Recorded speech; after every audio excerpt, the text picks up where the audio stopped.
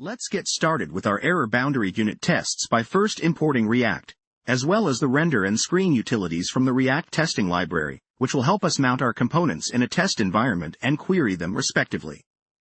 We're also importing the error boundary component that we want to test. Here we define a dummy component named problematic component that simulates a faulty scenario by throwing an error upon rendering. This will be used to verify our error boundary is functioning correctly when one of its child components crashes. We're using Jest's global describe function to group together tests of similar functionality.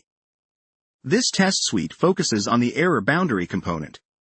Our first test asserts that the error boundary component behaves as expected under normal conditions. That is, it renders its children without any issues. We verify this by rendering the error boundary with some sample child content and then checking that this content is indeed present in the document. Moving on to the second test, we are going to make sure that our error boundary reacts appropriately to errors from its children. To do this, we first mock the console error function using Jest.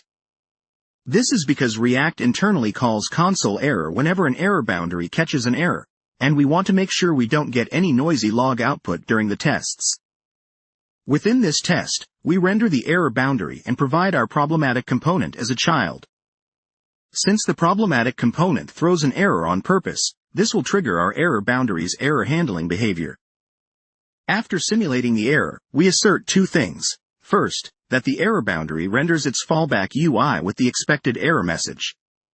Second, we check that our mocked console error was called exactly twice, the exact number of times React calls console error when an error is caught.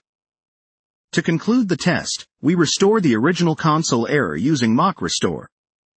This cleanup step is crucial because it prevents the mock from affecting other tests, ensuring the isolation and reliability of our test suite.